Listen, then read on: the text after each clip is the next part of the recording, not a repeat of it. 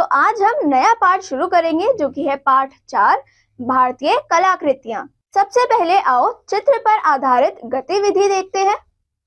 यहाँ पर कुछ चित्र दिए गए हैं। बच्चों, उपर्युक्त चित्रों में भारत के महान चित्रकारों को दिखाया गया है। क्या आपने कभी इन चित्रकारों का नाम पहले कभी सुना है? आप चित्रकला के बारे में क्या जानते हैं? आपने कभी ना कभी कोई चित्र तो अवश्य ही बनाया होगा। उसके विषय में बताइए। तो बच्चों, इस बारे में अपने दोस्तों और अपने शिक्षक के साथ चर्चा कीजिए। तो आओ अब पाठ में प्रवेश करते हैं। बच्चों, भारत एक महान देश है। प्रारंभिक काल से ही समस्त विश्व हमारी ओर आकर्षित रहा है। जहां एक ओर धन वैभव की संपन्नता के कारण इसे सोने की चिड़िया कहा गया, वहीं आध्यात्मिक ज्ञान और वेदों के कारण इसे विश्व गुरु की संज्ञा दी गई। इन सब के साथ साथ हमारी समृद्ध लोक परंपरा ने हमें विश्व में सबसे कलात्मक देश के रूप में सर्वोच्च शिखर पर पहुंचाया। प्रस्तुत पाठ द्वारा चित्रकला की अनोखी शैलियों से विभूषित इस संस्कृति की कुछ कलाओं से परिचय कराया गया है। तो आइए बच्चों, शुरू करते हैं। अपने देश की समृद्ध कला और संस्कृति पर हमें गर्व है। अंतर्राष्ट्रीय जगत में हमारी अलग पहचान है। जहां एक ओर हमारे देश में अनेक भिन्नताएं हैं, वहीं कला के रंगों की गहराई भी है। ध्यान से देखें तो हमारी संस्कृति एक विशाल कलात्मक वट वृक्ष है। इसकी हर डाली पर पत्तों में अलग रंग की खुशनुमा महक है। इसकी हर शाखा की जड़ें जमीन में गहराई के साथ जुड़ी हैं। साथ ही नई पीढ़ी का इससे जुड़ना कला को अमरत्व प्रदान करता है। हर मनुष्य के भीतर चित्र बनाने की एक स्वाभाविक इच्छा रहती है।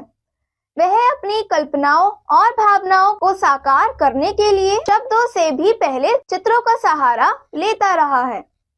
मानव सभ्यताओं के प्राचीनतम चिन्ह गुफाओं में चित्रित है। इसी परंपरा ने आगे चलकर विभिन्न चित्रकला शैलियों को जन्म दिया। तो चलिए इसी बीच पढ़ते हैं बात पते की। राजा रवि वर्मा भारत में आधुनिक चित्रकला के जनक कहे जाते हैं। तो चलिए अब पाठ में आगे बढ़ते हैं। आइए भारतीय चित्रकला की कुछ विशिष्ट शैलियों की रोचक जानकारी प्राप्त करें। थंगक कलाकृतियां आध्यात्मिक सोच का साकार सुंदर रूप है। इनका सीधा संबंध बौद्ध धर्म से है। भारत में बौद्ध धर्म के साथ इस कला ने तिब्बत में अपनी जगह बनाई। बौद्ध भिक्षुओं ने गौतम बुद्ध से संबंधित विषयों की इस कला का नामकरण थंगक किया। इस शैली के चित्र गहरी भावना का रहस्य लेकर उकेरे जाते हैं। बौद्ध धर्म की महायान शाखा के सूत्र का आशावाद और वज्रयान शाखा के तांत्रिक मूल्यों की सूक्ष्म अभिव्यक्ति है थंगक कलाकृतियां। इन चित्रों के दर्शन मात्र से सांसारिक कष्ट कट जाते हैं। सामान्यतः इन चित्रों को 5 भागों में बांटा जाता है। भगवान बुद्ध अथवा अन्य धार्मिक चरित्र, देवी देवता, बौद्ध दर्शन, दृष्टिकोण, मंडल, ब्रह्मांड का प्रतीक और उपदेश। यहाँ पर आप अपनी पुस्तक में देख सकते हैं। यह थंगक कलाकृति का एक उदाहरण। थंगक चित्रों को बनाने की शैली बिल्कुल अलग है। इन चित्रों में आध्यात्मिक प्रतीकों को विशेष स्थान दिया जाता है। इन्हें सफेद कपड़े पर बनाया जाता है। गहरी बारीक चित्रकारी से भरे इन चित्रों में रंगों का विशेष महत्व होता है। श्वेत शांति, सुनहरा नवजीवन, आनंद और निर्माण का द्योतक होता। लाल रंग प्रेम और द्वेष दोनों की पराकाष्ठा का।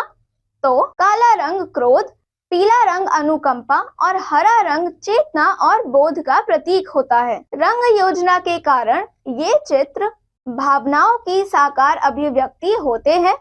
इन रंगों की खास बात यह है कि ये सभी प्रकृति से प्राप्त खनिज और वनस्पति से तैयार किए जाते हैं। थंगक शैली में बनी कलाकृतियां आस्था, त्याग, समर्पण, प्रेम और गहन धार्मिक विश्वास के साथ ईश्वर की महान शक्ति का रूप मानी जाती है। भारत के तमिलनाडु प्रांत में तंजावुर नाम का एक छोटा सा नगर है। यह एक असाधारण कला के लिए जाना जाता है। इस कला शैली से बने भित्ति चित्र हमारे देश के मंदिरों और विहारों में सुगमता से देखे जाते हैं। भित्ति के अतिरिक्त तंजावुर कलाकृतियों की एक लघु चित्र शैली भी प्रचलित है। 18वीं शताब्दी में तंजावुर प्रांत में मराठों का शासन था।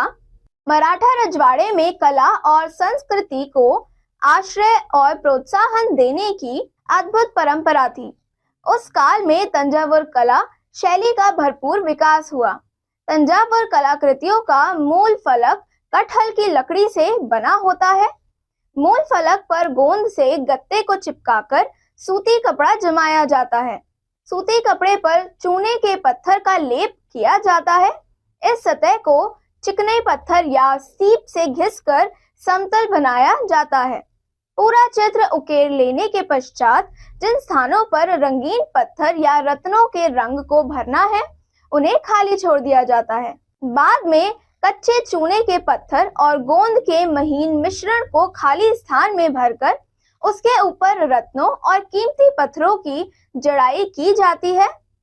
रत्नों के किनारों पर सोने के वर्क को इमली की गोंद से चिपकाया जाता है। जड़ाव का काम पूरा होने पर वनस्पति से तैयार रंगों की सहायता से नरम कूंची द्वारा कलाकृति को पूरा किया जाता है।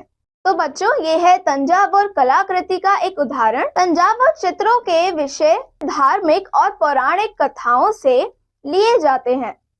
इस शैली में नवनीत कृष्ण, मक्खन लिए, बाल कृष्ण की छवि और राम राज्याभिषेक के चित्र सर्वाधिक लोकप्रिय हैं। समय के साथ इस शैली में अब कुछ नए विषयों के चित्र भी बनने लगे हैं। रत्नों से सोने की कारीगरी के कारण यह कलाकृतियां बहुमूल्य होती हैं। महाराष्ट्र के ठाणे जिले में वर्ली जाति के आदिवासियों का निवास है। इन आदिवासियों द्वारा विकसित लोक कला को वर्ली लोक कला के नाम से जाना जाता है। वर्ली लोक कला की प्राचीनता के बारे में अनुमान लगाया जाता है कि यह लिपि पूर्व अस्तित्व में आ चुकी है। पुरातत्ववेत्ताओं का मानना है कि यह कला 10वीं शताब्दी में लोकप्रिय हुई। वर्ली क्षेत्र में हिंदू, मुसलमान, पुर्तगाली और अंग्रेज सभी का शासन रहा। सभी ने इस कला को सदैव प्रोत्साहन दिया। वर्ली कलाकृतियां विवाह के समय विशेष रूप से बनाई जाती हैं। इन्हें शुभ शगुन माना जाता है। इनके बिना विवाह की परंपरा अधूरी मानी जाती है। इन कलाकृतियों में चित्रकला को त्रिकोण आकृतियों में ढले आदमी और जानवरों के माध्यम से चित्रित किया जाता है। ज्यामिति की तरह बिंदु और रेखाओं से बने इन चित्रों को महिलाएं घर में मिट्टी की दीवारों पर बनाती हैं। इस कलाकृति में सीधी रेखा कहीं भी नजर नहीं आती। रेखाएं बिंदु से बिंदु को जोड़कर खींची जाती है। इसी के सहारे आदमी, प्राणी, पेड़ पौधे, पशु पक्षी, ढोल नगाड़े, बाजे ताशे, खेत, बच्चे, स्त्री आदि बनाए जाते हैं। सामाजिक गतिविधियों को गोबर मिट्टी से लेपी हुई सतह पर चावल के आटे के घोल से रंगा जाता है।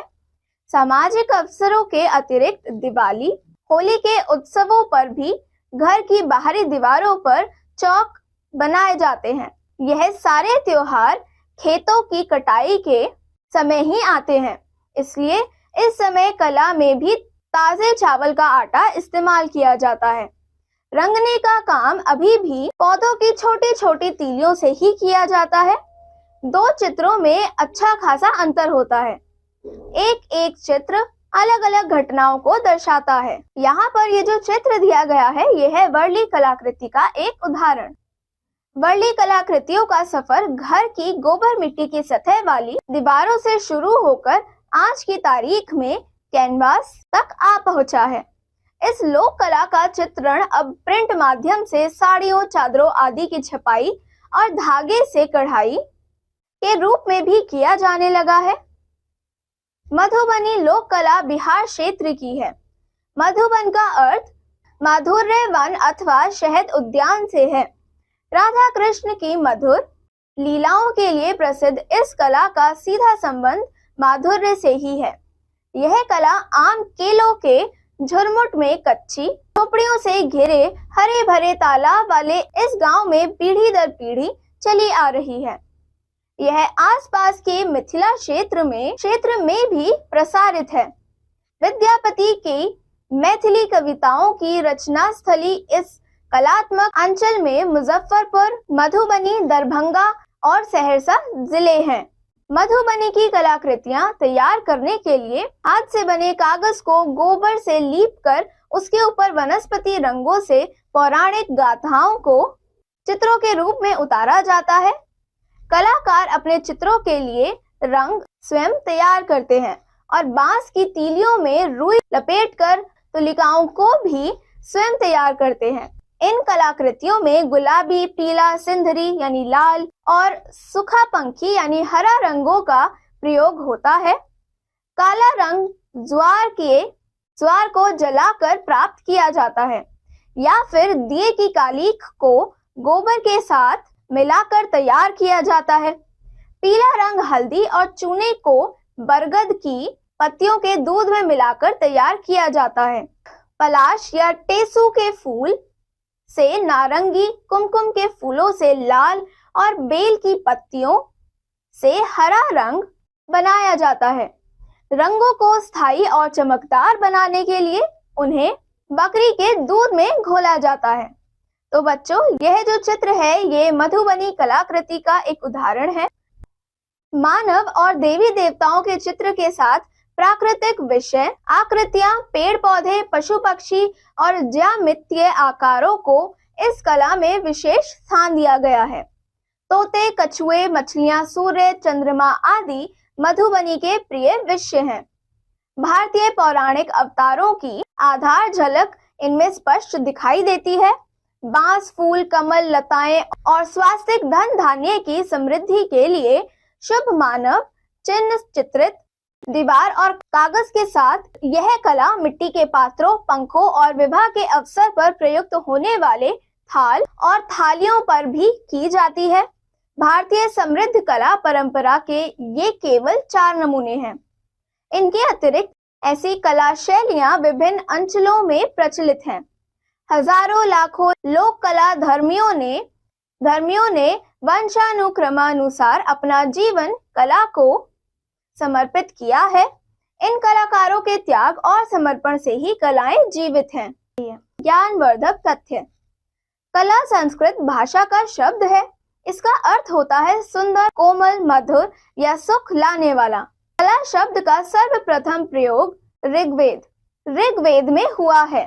कला को अंग्रेजी में आर्ट कहते हैं, जो लैटिन शब्द आर्ट्स का विकसित रूप है, जिसका अर्थ होता है बनाना या उत्पन्न करना।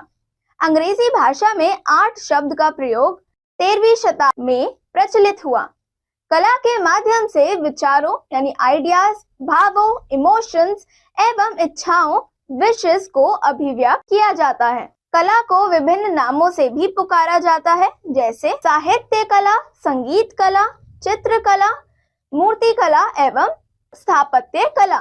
तो बच्चों, क्या आप जानते हैं थंगक शब्द तिब्बती भाषा का शब्द है, जिसका अर्थ है ऐसी वस्तु जिसे लपेट कर रखा जा सके। तो बच्चों, क्या आप जानते हैं तंजीर की पेंटिंग महंगी क्यों होती है? क्योंकि पुराने तरीके से तंजीर पेंटिंग बनाना एक बहुत समय लेने वाली प्रक्रिया है और तंजीर पेंटिंग की लागत में काफी वृद्धि होती है और इस तरह अधिकांश पारंपरिक कलाकार इस काम से अपना जीवन यापन नहीं कर सकते। स्वजागरूकता को जानते हैं? हमारे प्राकृतिक परिवेश की रचना करने वाले तत्व ही पर्यावरण कला की नींव है। पत्ते, फूल, शाखाएं, बीज, छाल, वर्णक, खनिज, पत्थर, रेत, गंदगी, काई, पानी, बर्फ, हवा और यहाँ तक कि धूप, पेंट, लकड़ी का कोयला, गोंद और कैनवास बन जाते हैं। तो चलिए बच्चों, अब जानते हैं आश्चर्यजनक सत्य। स्लोवाकिया एक ऐसा देश है जहां कोई भी मंदिर या मस्जिद नहीं है। तो अब बच्चों, पाठ के अंतिम में शब्द वाटिका जानते हैं। तो पहला है समृद्ध यानी संपन्न, प्रॉस्पेरस, संस्कृति, तहजीब, कल्चर, गर्व, घमंड, अभिमान, प्राउड, महक, सुगंध, खुशबू, स्मेल, अमरत्व, अमरता, इमॉर्टैलिटी, स्वाभाविक, प्राकृतिक, नेचुरल, परंपरा, विरासत, ट्रेडिशनल, आध्यात्मिक, तात्विक, तात्विक, आत्मिक यानी स्पिरिचुअल, दृष्टिकोण, नजरिया, एंगल, द्योतक, जानकारी देने वाला यानी इन्फॉर्मर, पराकाष्ठा, चरम सीमा, परफेक्शन, अभिव्यक्ति, अभिव्यंजना, एक्सप्रेशन, सुगमता, सरलता, इजी, आश्रय, शरण देना या संरक्षण, प्रोटेक्ट, प्रोत्साहन, बढ़ावा, इंसेंटिव, पत्थर, शिला, स्लोन, मिश्रण, मेल, मिक्सचर, लोकप्रिय, प्रसिद्ध, फेमस, बहुमूल्य, कीमती, एक्सपेंसिव, विकसित, उन्नत, एडवांस्ड, अनुमान, कल्पना, स्पेक्यूलेशन, अस्तित्व, मौजूदगी, एग्जिस्टेंस, मधुबन, उद्यान, बगीचा या गार्डन। तो बच्चों, इसी के साथ हमारा पाठ समाप्त होता है। हम फिर मिलेंगे अगली कक्षा में एक नए पाठ के साथ। तब तक के लिए धन्यवाद।